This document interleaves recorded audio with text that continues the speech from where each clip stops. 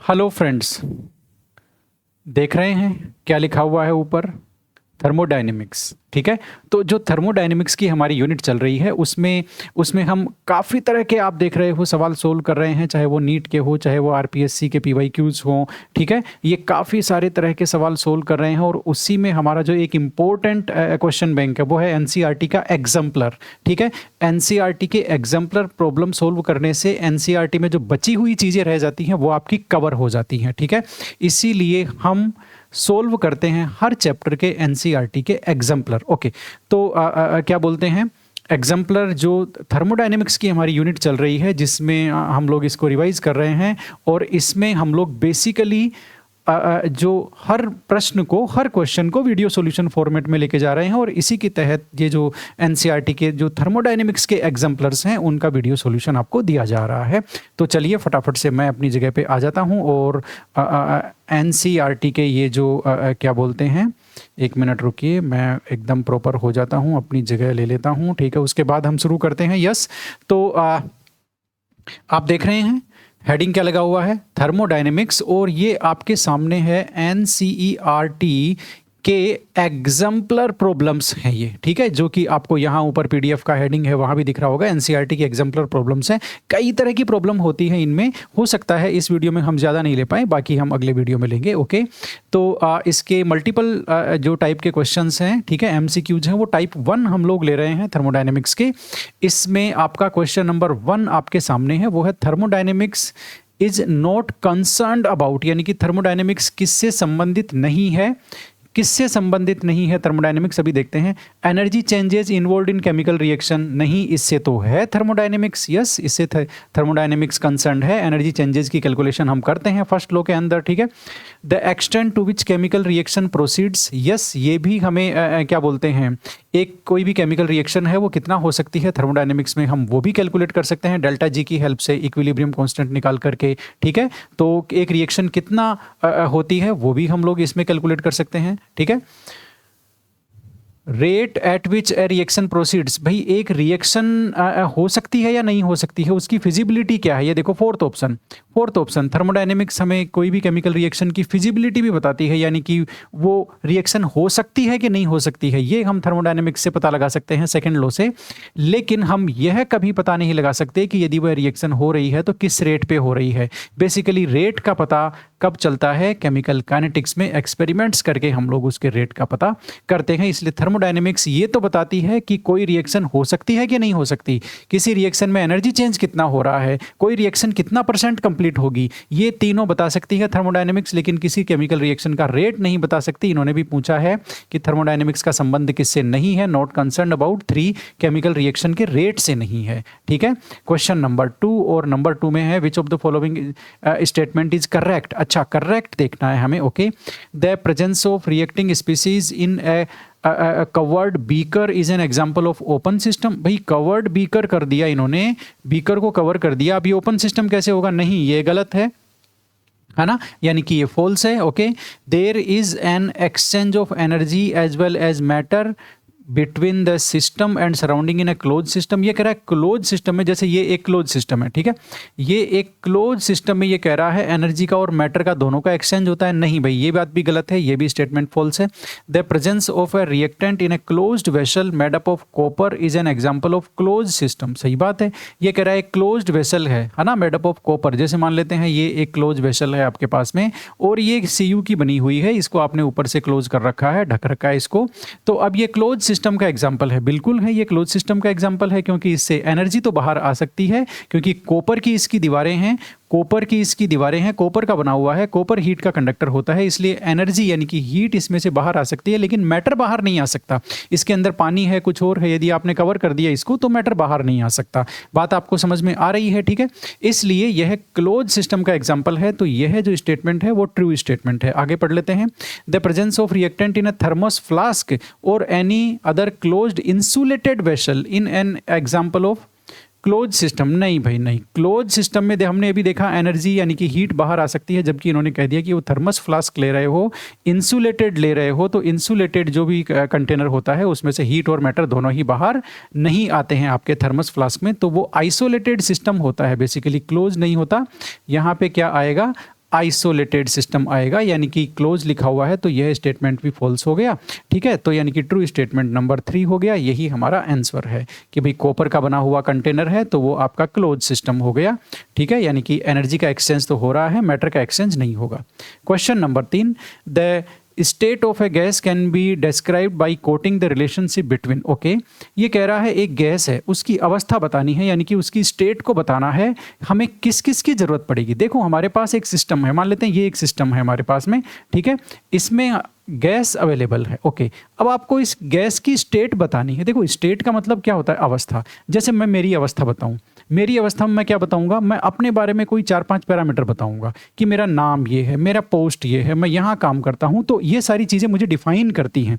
ठीक है, मुझे कैरेक्टराइज करती हैं। ओके, मुझे डिफाइन करती है। वैसे ही एक सिस्टम को भी डिफाइन करने के लिए, उसको कैरेक्टराइज करने के लिए 4-5 या 3-4 या जितने भी हैं उतने वेरिएबल्स की जरूरत पड़ती है। स्टेट वेरिएबल बोलते हैं उनको, अवस्था चर बोलते हैं, स्टेट वेरिएबल्स, उनकी जरूरत पड़ती है। तो इन्होंने भी यही कहा है कि आपके पास यदि एक गैस है, यदि एक गैस है, उसकी स्टेट आप कैसे बताएंगे? तो भाई गैस है तो प्रेशर तो आपको बताना ही पड़ेगा, वॉल्यूम आपको बताना पड़ेगा क्योंकि प्रेशर और वॉल्यूम में रिलेशन है। प्रेशर बढ़ता है तो वॉल्यूम कम होता है। टेम्परेचर आपको बताना पड़ेगा क्योंकि टेम्परेचर और वॉल्यूम में भी रिलेशन है। और इसमें अमाउंट ऑफ मोल कितने हैं वो भी आपको बताना पड़ेगा। ये चारों आपको बताने पड़ेंगे इस गैस के सिस्टम को डिफाइन करने के लिए। इसका मतलब आंसर इसमें 4 आएगा, प्रेशर, वॉल्यूम, टेम्परेचर और अमाउंट, यानी कि नंबर ऑफ मोल। ये आपको सारा बताना पड़ेगा उस सिस्टम को डिफाइन करने के लिए। Okay, the volume of a gas is reduce to half, ये आ चुका है, आरपीएससी में आ चुका है, फिर मत कहना। ठीक है, the volume of gas is reduce to half its original volume. इसने कहा है कि एक गैस का वॉल्यूम हमने आधा कर दिया पहले की तुलना में, यानी कि उसका जो ओरिजिनल वॉल्यूम था उसके कंपैरिजन में हमने उसका वॉल्यूम कितना कर दिया, आयतन कितना कर दिया, आधा कर दिया। Specific heat will be, specific heat का क्या होगा? देखो भाई, वॉल्यूम का और स्पेसिफिक हीट का कोई रिलेशन है क्या? कोई नहीं है। क्यों? क्योंकि स्पेसिफिक हीट तो एक इंटेंसिव प्रॉपर्टी है ना। ठीक है, और यह वॉल्यूम पे डिपेंड नहीं करती है। एक्सटेंसिव प्रॉपर्टी होती है वो वॉल्यूम पे डिपेंड करती है। इंटेंसिव प्रॉपर्टी यानी कि आपकी गहन जो गुण होते हैं, इंटेंसिव प्रॉपर्टी, वो आपके वॉल्यूम पे डिपेंड नहीं करते हैं। ठीक है, स्पेसिफिक हीट एक इंटेंसिव प्रॉपर्टी है, वॉल्यूम से कोई लेना देना नहीं है उसका। इसलिए ये बोल करके जो हीट कैपेसिटी है, यदि आप किसी गैस का वॉल्यूम आधा कर दोगे तो हीट कैपेसिटी उसकी नहीं बदलेगी। आरपीएससी में आ चुका है। ठीक है, बाद में मुझे मत कहना कि मुझे बताया नहीं था बोल करके। During complete combustion of 1 mole of butane, butane का आपके पास 1 मोल है, उसका कंबशन कराया, इतनी हीट रिलीज हुई, 2658 जूल रिलीज हुई। Okay, thermochemical reaction for the above changes, ऊपर वाले इस चेंज के लिए, मतलब इस चेंज के लिए थर्मोकेमिकल इक्वेशन क्या होगी?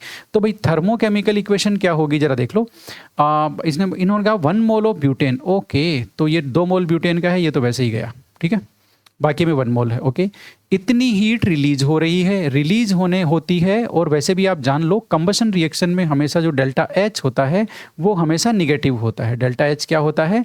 निगेटिव, यानी कि वो एक्सोथर्मिक रिएक्शन होती है हमेशा कंबशन रिएक्शन। तो ये जो हीट है यहाँ भी ये कह रहा है रिलीज हो रही है, रिलीज हो रही है, इसका मतलब delta H is equal to -2658 आएगा, -2658। ठीक है, तो ये प्लस का 58 है, ये ऑप्शन भी गया। ठीक है, अब ये दोनों ऑप्शन बचते हैं। ओके, चलते हैं आगे, देखते हैं। हाँ, ओके, अब ये जब कह रहा है कि 1 मोल ब्यूटेन के कंबशन से इतनी हीट निकलती है, तो यहाँ 1 मोल ले रहा है, तो भाई यहाँ इतनी बोल करके कैसे हो गई, आधी कैसे हो गई? ये 2658 है, ये उसकी आधी क्यों कर दी इन्होंने? 1 मोल से ही जब इतनी एनर्जी निकलनी है तो ये तो 1 मोल ही है।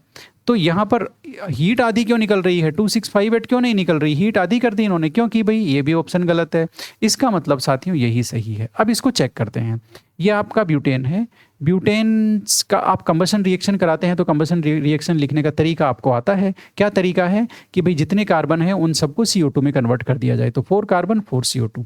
हाइड्रोजन कितने हैं? 10 हाइड्रोजन से कितने वाटर बन सकते हैं? 5, तो 5H2O हो गया।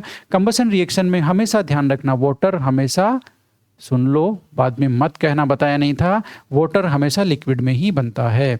कंबशन रिएक्शन में वापस सुन लो, दहन की अभिक्रिया में, कंबशन रिएक्शन में वाटर हमेशा लिक्विड लेना होता है, गैस कभी नहीं लेना होता, इसलिए भी ये रिएक्शन गलत है। ठीक है, 2 नंबर। इतनी बात हो गई। ओके, अब ठीक है।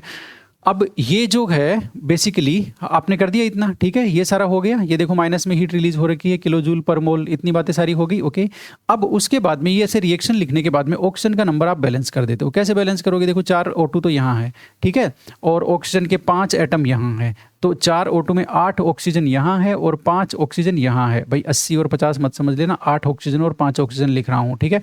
तो टोटल कितने हो गए? 13 ऑक्सीजन। 13 ऑक्सीजन का मतलब या तो 13 को हम कैसे लिखें, या तो हम लिखें 6 1/2 O2, या तो ऐसे लिखें, या 13/2 O2 ऐसे लिखें, तभी तो वो 13 एटम होगा, 13 एटम होगा। इसका मतलब ये देखो 13/2 O2, इसका मतलब ये जो रिएक्शन है वो थर्ड इसकी सही रिप्रेजेंटेशन है जो ऊपर उन्होंने क्वेश्चन में दिया था। आपको समझ में आ गया होगा ऐसी मैं उम्मीद करता हूँ। क्वेश्चन नंबर 6 है, internal energy change of formation of CH4 at certain temperature is इतना एंड इतना। ओके, ये कह रहा है ये इंटरनल एनर्जी में चेंज है। हमने CH4 बनाया, देखो फॉर्मेशन ऑफ CH4 का इंटरनल एनर्जी चेंज आपका इतना है, डेल्टा U लिखा हुआ है ना, ठीक है, तो इंटरनल एनर्जी में चेंज इतना है, तो एंथैल्पी में चेंज कितना होगा? अरे भाई हम जानते हैं एंथैल्पी में change is equal to delta H delta U plus delta N RT होता है। डेल्टा N क्या है? डेल्टा N है आपका प्रोडक्ट की तरफ कितने गैसियस मोल हैं डिवाइडेड बाय रिएक्टेंट की तरफ, मतलब माइनस रिएक्टेंट की तरफ कितने गैसियस मोल हैं, ठीक है। तो अब आप ये जो बनाओगे क्या आपका क्या बोलते हैं, मीथेन के फॉर्मेशन की रिएक्शन आपको लिखनी आनी चाहिए। कैसे?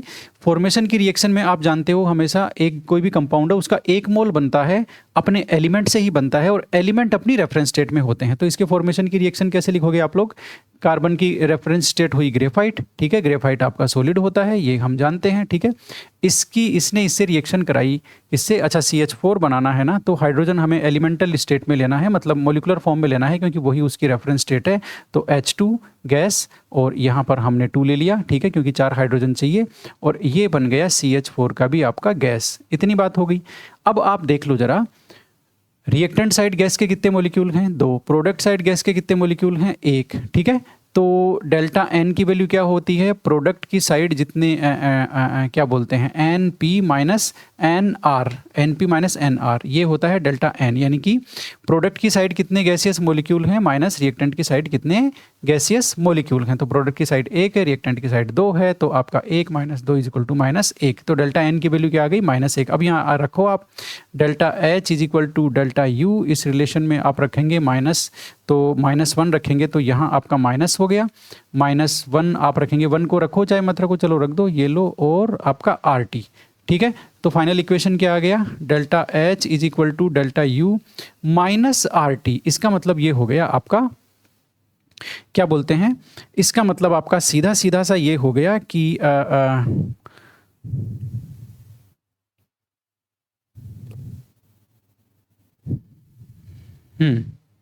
ठीक है। तो यस, इसका मतलब अब आप सीधा सीधा देख लो, क्या आपको लग रहा है जो डेल्टा U है, ठीक है।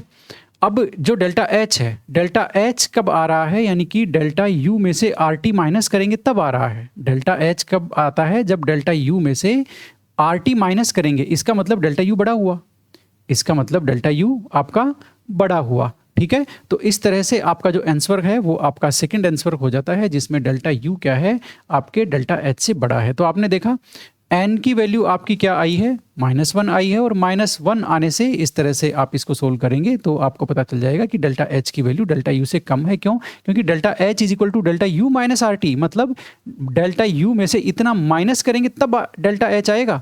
तो भाई इसका मतलब तो बड़ा तो डेल्टा U ही हुआ, तो delta U is greater than आपका डेल्टा H, तो आंसर आएगा आपका सेकेंड। इन एडियाबैटिक प्रोसेस, भाई बड़ा खतरनाक प्रोसेस है adiabatic process, no transfer of heat takes place between the system and surrounding. सही बात है, एडियाबैटिक जब प्रोसेस होता है तो इसके सिस्टम और सराउंडिंग के बीच में कोई हीट ट्रांसफर नहीं होता, Q = 0 होता है। Choose the correct option for free expansion of ideal gas under adiabatic condition. देखो फ्री एक्सपेंशन जब भी होता है तो वैक्यूम के अगेंस्ट एक्सपेंशन होता है। जैसे मान लेते हैं ये आपका एक वैक्यूम है, ये वैक्यूम है ना, ये है आपका वैक्यूम रीजन है, इसमें पी एक्सटर्नल जो है वो आपका जीरो है, ठीक है, पी एक्सटर्नल क्या हो गया, जीरो। ओके भाई वैक्यूम है तो एक्सटर्नल प्रेशर कुछ भी नहीं है, तो ये हो गया आपका जीरो।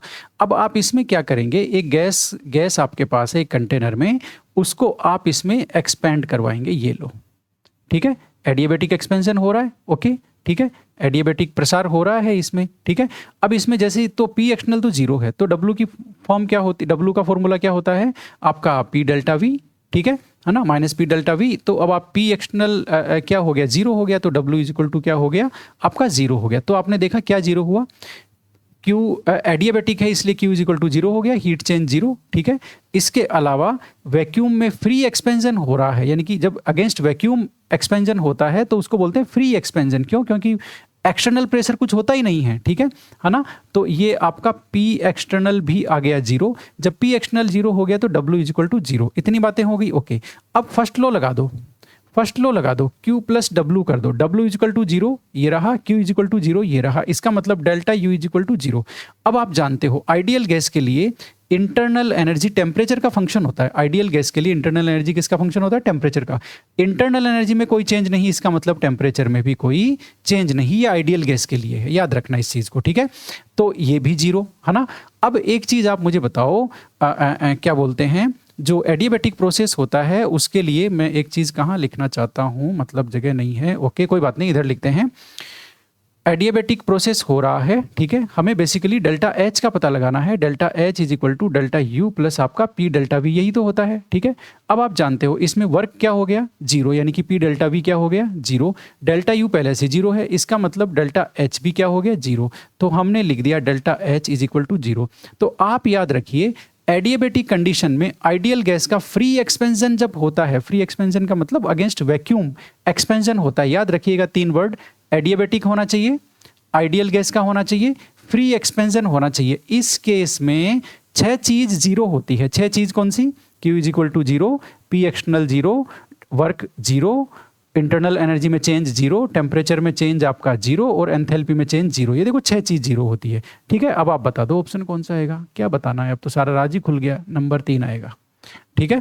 बात समझ में आ गई। तो आप इस तरह से आप ध्यान रखेंगे, पढ़ेंगे तो आप आगे निकलते जाएंगे, ओके यस।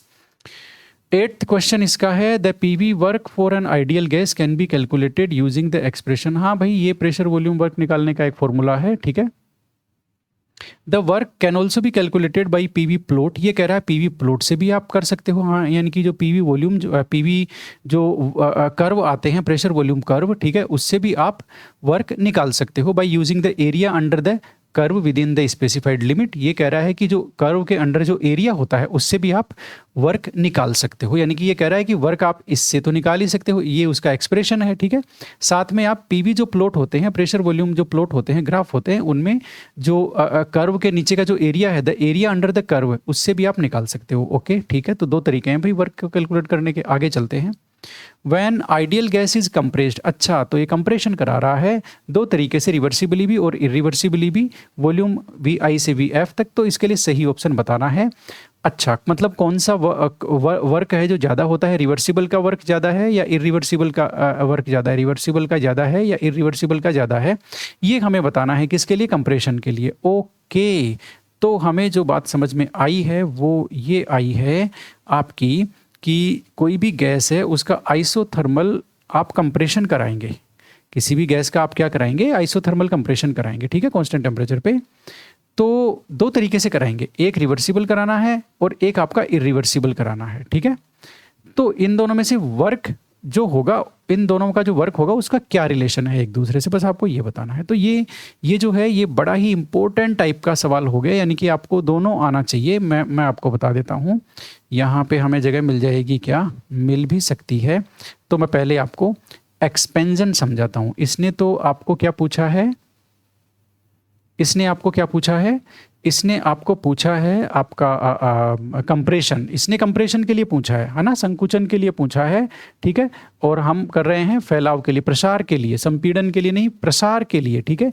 मतलब नहीं, हम कर रहे हैं अभी, हम एक्सपेंशन कर रहे हैं, और वो भी रिवर्सिबल इरिवर्सिबल दोनों कर रहे हैं, और आइसोथर्मल कर रहे हैं, ये लो, ठीक है। आइसोथर्मल एक्सपेंशन कर रहे हैं ऑफ आइडियल गैस का ही कर रहे हैं, ये लो, ये हम कर रहे हैं। दो मेथड से कर रहे हैं, रिवर्सिबल और इरिवर्सिबल। जरा देख लो, जरा देख लो, फिर मत कहना। ये हमने पिस्टन लिया, या मतलब एक सिलेंडर लिया, उसमें गैस भरी हुई है, और उसके ऊपर ये पिस्टन लगा दिया, ठीक है। दूसरा भी हमने किया, हमें एक्सपेंशन कराना है, और इसका वॉल्यूम हमने ले लिया है 5 लीटर, ओके। और यहाँ भी वापस एक सेम दूसरा सिलेंडर लिया, उसमें भी 5 लीटर गैस भरी हुई है। इतनी बात हो गई, 2 सिलेंडर ले लिए। अब हमें यहाँ कराना है रिवर्सिबल एक्सपेंशन, यहाँ कराना है इरिवर्सिबल एक्सपेंशन, ठीक है। रिवर्सिबल एक्सपेंशन कहाँ तक कराना है मैं ये भी बता दूँ आपको। आपको रिवर्सिबल एक्सपेंशन कराना है यहाँ तक, ये आपका है 10 लीटर, 10 लीटर तक आपको इसको एक्सपेंड करना है। इसमें ये रहा आपका 10 लीटर, ये लो। अब आपको पता चल गया कि 5 लीटर से आपको एक्सपेंड करा कर, प्रसार करा के आपको वॉल्यूम कितना करना है, 10 लीटर करना है, एक रिवर्सिबल तरीके से, एक इरिवर्सिबल तरीके से, ठीक है। अब एक चीज़ और देख लो, अभी सिस्टम, ये पिस्टन जो है ना, ये पिस्टन, ठीक है, ये स्टेबल स्टेट में है, ठीक है। और यहाँ पर जो आपका एक्सटर्नल वर्क है, ठीक है ना, मतलब गैस के जो अंदर का प्रेशर है, इंटरनल, जो ये अंदर जो पी इंटरनल होगा ना, इंटरनल प्रेशर जो है वो हमने लिया हुआ है 10 पास्कल ले लेते हैं, चलो ये लो, 10 पास्कल हमने ले लिया, और यहाँ भी हमने 10 पास्कल ले लिया। तो देखो, 2 सेम सिस्टम लिए हैं, एक में रिवर्सिबल एक्सपेंशन कराएंगे, एक में इरिवर्सिबल एक्सपेंशन कराएंगे। इंटरनल प्रेशर दोनों का ही 10 पास्कल है, दोनों में ही 5 लीटर वॉल्यूम है, दोनों को ही हम 5 से 10 तक एक्सपेंड कराएंगे, ठीक है, ओके। अब सबसे पहले रिवर्सिबल कराते हैं। रिवर्सिबल में आप ध्यान रखना, जो आपका अब एक्सपेंशन में आप क्या होगा, जो आपका पी एक्सटर्नल जो होगा वो आपका कम होना चाहिए पी इंटरनल से, तभी तो पिस्टन बाहर जाएगा, फैलेगा। ये गैस का प्रसार कब होगा, जब जो इसका एक्सटर्नल प्रेशर है वो इंटरनल प्रेशर से कम हो, ठीक है। तो जो पी एक्सटर्नल है वो कम होना चाहिए, ठीक है। तो और रिवर्सिबल सिस्टम, रिवर्सिबल जो प्रोसेस होते हैं वो इनफाइनाइट टाइम्स में होते हैं, मतलब उनमें उनको पूरा होने में इनफाइनाइट स्टेप्स लगते हैं और इनफाइनाइट टाइम लगता है, यानी कि वो कभी पूरे ही नहीं होते, ठीक है। एक्चुअल बात तो ये है, ओके। कोई भी जो प्रोसेस होता है वो रिवर्सिबल का प्योरली रिवर्सिबल कभी नहीं होता, ओके। अब इसमें हर रिवर्सिबल का एक कैरेक्टरिस्टिक हो रहा है कि हर स्टेप पर सिस्टम और सराउंडिंग इक्विलिब्रियम में होते हैं, ठीक है ना। और हर स्टेप में बहुत ही माइन्यूट चेंज आता है, मतलब इनफाइनाइट सिमेली स्मॉल एक वर्ड है, अनंत रूप से सूक्ष्म, यानी कि अनंत रूप से सूक्ष्म चेंज आता है, यानी कि पिस्टन जो है ना वो इनफाइनाइट सिमेली स्मॉल अमाउंट से ऊपर खिसकता है। मतलब जैसे अभी यहाँ है तो बस यहाँ हो जाएगा, फिर यहाँ हो जाएगा, फिर यहाँ हो जाएगा, फिर यहाँ हो जाएगा, मतलब अनंत रूप से जो सूक्ष्म है ना स्टेप उतना उतना बढ़ता रहता है, ठीक है। तो इसके लिए जो पी एक्सटर्नल है वो बिल्कुल, मतलब जो होगा ना पी एक्सटर्नल और पी इंटरनल का डिफरेंस बहुत कम होगा। यदि ये 10 पास्कल है इंटरनल तो पी एक्सटर्नल हमें कितना रखना होगा, 9.9999999 dot dot dot dot dot dot dot, कितने भी 9 लगा दो, उतना होना चाहिए पी एक्सटर्नल, तभी ये जो पिस्टन है वो थोड़ा सा खिसकेगा, बिल्कुल अनंत रूप से सूक्ष्म अमाउंट जितना ही खिसकेगा। बात आपको समझ में आ गई है ना। तो ये इसमें पी एक्सटर्नल आपने देख लिया कितना रखा। अब यहाँ इरिवर्सिबल में आ जाइए। इरिवर्सिबल में हम क्या है कि निश्चित स्टेप में इसको पूरा करते हैं, निश्चित स्टेप में, याद रखना यहाँ पर इनफाइनाइट स्टेप्स हैं, यहाँ पर डेफिनेट स्टेप्स में, यानी कि एक नंबर ऑफ स्टेप्स में, 2 स्टेप में, 5 स्टेप में, 1 स्टेप में, ऐसे इसको एक्सपेंशन को हम पूरा करेंगे। तो आपने मान लेते हैं 1 स्टेप में इसको पूरा किया, तो अभी आपका प्रेशर कितना है 10 पास्कल। तो अब आपको कम करने के लिए कितना पास्कल लाना पड़ेगा, मान लेते हैं 4 पास्कल आप ले आए, ये लो, तो प्रेशर कम हो गया, पी एक्सटर्नल क्या हो गया आपका, कम हो गया, ठीक है। पी एक्सटर्नल आपने कम लगाया तो सिस्टम अचानक से ये पिस्टन जो है ना झटके से ऊपर आएगा और एक स्टेप में आपका जो है वो पिस्टन है वो यहाँ आ जाएगा और आपका जो प्रेशर है 10 लीटर तक वो अचानक एक स्टेप में हो जाएगा। बात आपको समझ में आ गई, ओके। अब याद रखना वर्क का फॉर्मूला क्या है, वर्क का फॉर्मूला है आपका P delta we, P external delta we, external लगाते हैं यहाँ पर। अब एक्सटर्नल ज़्यादा किस में है, इसमें कंप्रेशन आपका रिवर्सिबल एक्सपेंशन में एक्सटर्नल है 9.99999 कितना भी 9, ठीक है। और इरिवर्सिबल में आपका 4 पास्कल, ठीक है, क्योंकि यहाँ एक साथ पिस्टन को ऊपर लाना है। तो अब आप मेरे को ये बताओ कि एक्सटर्नल प्रेशर किस में ज़्यादा है? एक्सटर्नल प्रेशर आपका रिवर्सिबल प्रोसेस में ज़्यादा है, इसलिए एक्सपेंशन के लिए, सुन लो, एक्सपेंशन के लिए आपका जो रिवर्सिबल वर्क होता है, रिवर्सिबल वर्क होता है वो ज़्यादा होता है इरिवर्सिबल से, ये लो। और रिवर्सिबल वर्क ही मैक्सिमम होता है एक्सपेंशन के केस में। Isothermal, soon low, expansion of ideal gas, उसकी बात कर रहे हैं, उसमें रिवर्सिबल वर्क ज़्यादा होता है इरिवर्सिबल से, और जो आपका रिवर्सिबल वर्क होता है वही आपका मैक्सिमम वर्क होता है। इतनी बात समझ में आ गई? ये किसके लिए था? एक्सपेंशन के लिए था। अब हम क्या करेंगे? कंप्रेशन करेंगे। क्या करेंगे? कंप्रेशन करेंगे। वापस वही दो सिस्टम लेते हैं, ठीक है, ये लो। अच्छा, कंप्रेशन में इस बार हमें ऊपर से लाना है, तो क्या बोलते हैं, ये लो। अभी हमारे पास ऑलरेडी 10 लीटर तक ये सिस्टम एक्सपेंड हो रखा है, हमें इसको 5 लीटर तक लाना है, इतना इसको लाना है, कंप्रेस करना है इसको, ठीक है ना। एक रिवर्सिबल कराएंगे, एक इरिवर्सिबल कराएंगे, ओके। तो ये हमारा पिस्टन है वो 10 लीटर पे है, और इसको 5 लीटर तक यहाँ तक इसको करना है। इतनी बात आपको समझ में आ गई? हम क्या करा रहे हैं? हम करा रहे हैं आपका कंप्रेशन, कंप्रेशन करा रहे हैं, और कंप्रेशन ऑफ आपका आइडियल गैस, ठीक है, आइडियल गैस, और वो भी किस में? रिवर्सिबल में भी और आपका इरिवर्सिबल में भी। बात आपको समझ में आ गई? ठीक है, तो यहाँ हम करा रहे हैं आपका रिवर्सिबल प्रोसेस, ओके, और यहाँ करा रहे हैं हम इरिवर्सिबल प्रोसेस। बात आपको समझ में आ गई? इरिवर्सिबल प्रोसेस, ओके, ठीक है। अब रिवर्सिबल प्रोसेस में आप जानते हो जो पी एक्सटर्नल है उसमें उसमें उसमें और जो आपका पी इंटरनल में जो डिफरेंस है वो बहुत ही कम होता है। यदि यहाँ पर अब आपका जो पी इंटरनल है, पी इंटरनल यानी कि अंदर का जो दाब है वो 10 पास्कल है सपोज, तो अब आपको इसको कंप्रेस करना है, कंप्रेस करना है ना, और इनफाइनाइट स्टेप्स में कंप्रेस करना है, यानी कि हर स्टेप में इनफाइनाइट सिमेली स्मॉल जितना ही चेंज होगा, यानी कि अनंत रूप से सूक्ष्म परिवर्तन होगा हर स्टेप में। तो हमें क्या करना है, जो पी एक्सटर्नल होगा वो बहुत थोड़ा सा ही ज़्यादा होगा इससे, ठीक है। तो पी एक्सटर्नल हमारा कितना होगा? यदि इंटरनल प्रेशर 10 पास्कल है तो हम लेंगे ये 10 कितना भी जीरो लगा दो, अनंत जीरो लास्ट में लगेंगे 1। तो इतना मतलब पी एक्सटर्नल मतलब इनफाइनाइट सिमेली स्मॉल अमाउंट से ज़्यादा है, ठीक है। तो इस केस में क्या होगा? पिस्टन हर स्टेप में बहुत थोड़ा सा अंदर आता चला जाएगा, ऐसे कंप्रेशन होगा, ठीक है।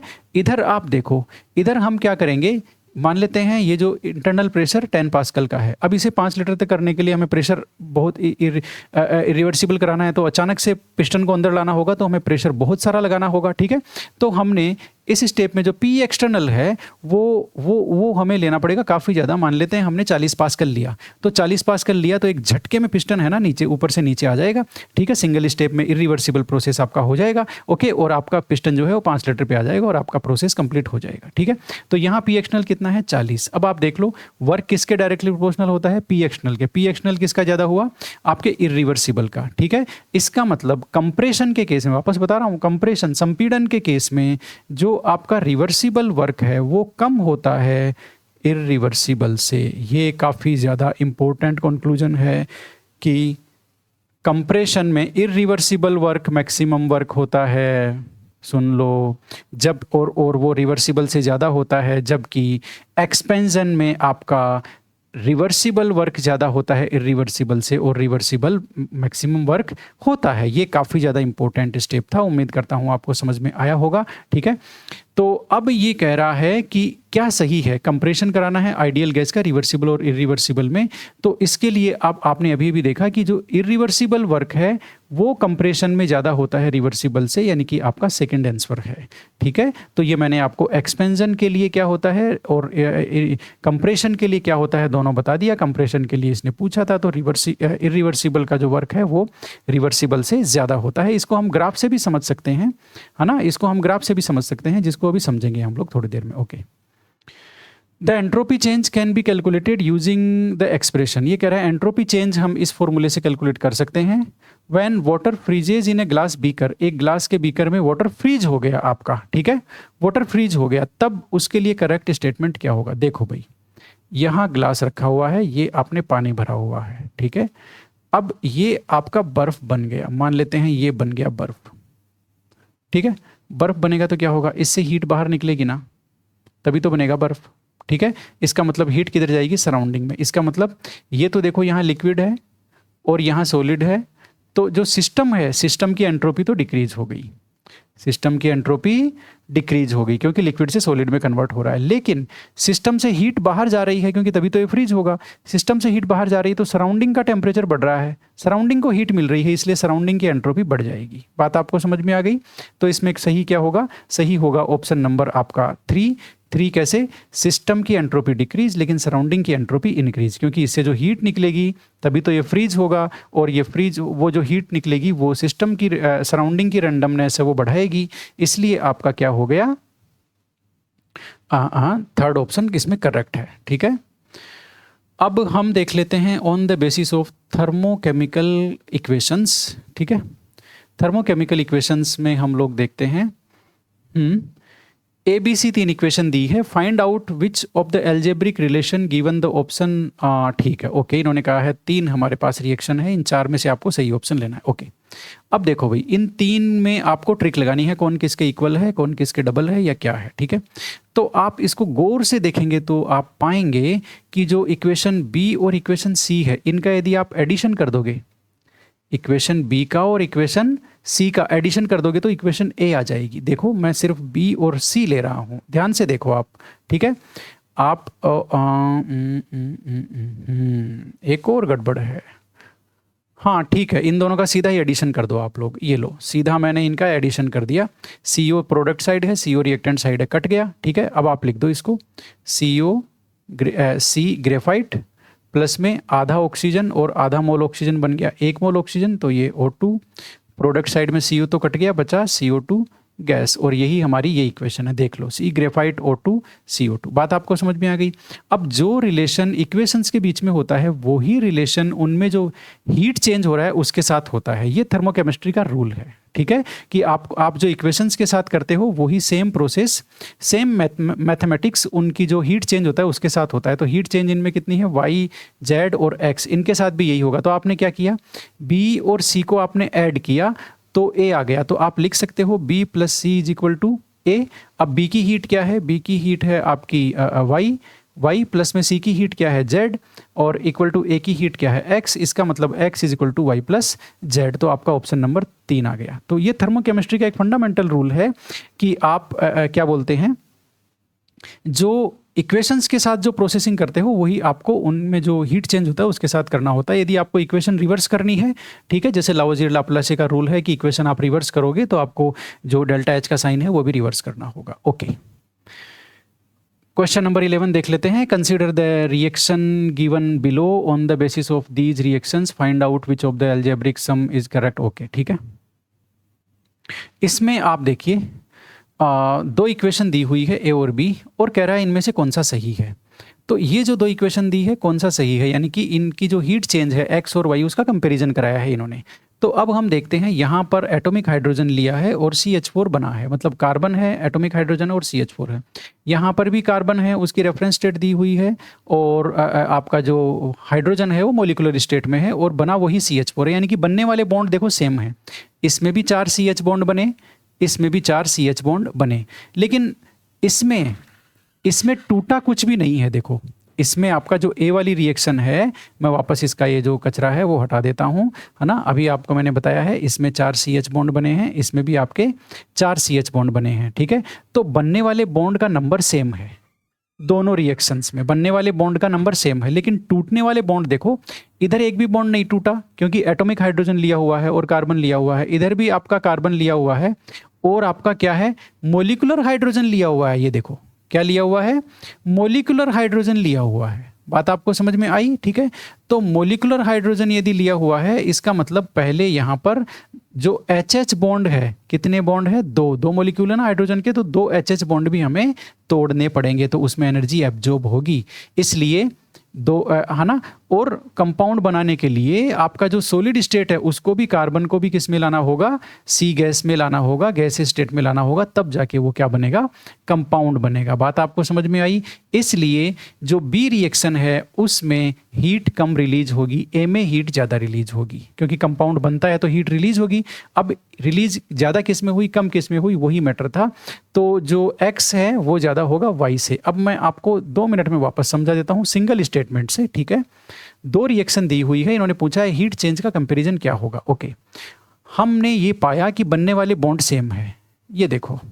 लेकिन रिएक्शन ए में कोई भी बॉन्ड टूट नहीं रहा, लेकिन रिएक्शन बी में बॉन्ड टूट रहा है और टूटने में एनर्जी खर्च होती है। इसका मतलब बी रिएक्शन में जो नेट एनर्जी निकलेगी वो कम होगी, क्योंकि इसमें टूटने में भी एनर्जी खर्च हो रही है, बॉन्ड तोड़ने में भी। लेकिन ए में बॉन्ड कोई तोड़ने में एनर्जी खर्च नहीं हो रही, इसलिए ए में जो हीट निकल रही है वो ज़्यादा निकल रही है। बात को समझो, ठीक है ना। तो इसलिए एक्स की वैल्यू आपकी वाई से ज़्यादा होगी। ये इंटेलिजेंट क्वेश्चन था, अच्छा क्वेश्चन था, एकदम धोखा देने वाला, ठीक है। Enthalpy of the element in the standard state are taken 0, ये बात सही है। एलिमेंट्स की जो एंथैल्पी है स्टैंडर्ड स्टेट में 0 लेते हैं, ठीक है ना।